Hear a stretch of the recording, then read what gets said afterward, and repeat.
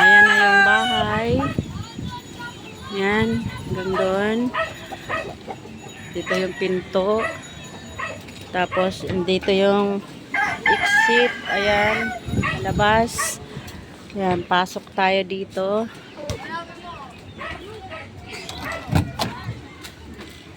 Ayan. Sara natin. Lock. So, ayan yung ating flooring. Flooring na lang. Sana makapadala ka gang para sa flooring. Basta yung ipadala mo dito sa katapusan, pang flooring talaga natin yun. Pag na-flooringan na to, ayan na. Pwede nang lipatan. So, ayan. Tapos, ayan na yung toilet. Okay. O, napurma na yung toilet. Ayan. Yung pinto hindi pa yan naikabit. So, pasok tayo sa toilet. Ayan.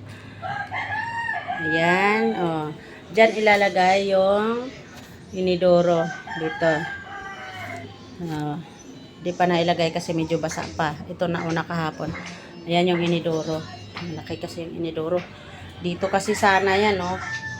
Kaso, sumasagad siya dito.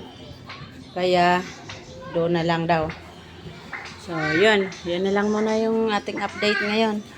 Ayan, ito yung pinto ng toilet. Ito yung pinto ng kusina. Okay, tapos dito naman yung lababo. Or either, sabi ni kuya, lipat daw yung pinto banda dito kasi dyan daw maglagay ng lababo. Pag natanggal nila yung kanilang dirty kitchen dito sa labas, ayan o, tatanggalin daw nila yan. Ililipat na ni kuya yung pinto. Ayan, si Maoy, ang reyna ng Sitio Matatag. Okay, ayan o. Mayroon papag-papag dito. Okay, yun na muna yung update. Bye-bye. Ha? Lalabas ka kay Papa? Asan ba si Papa?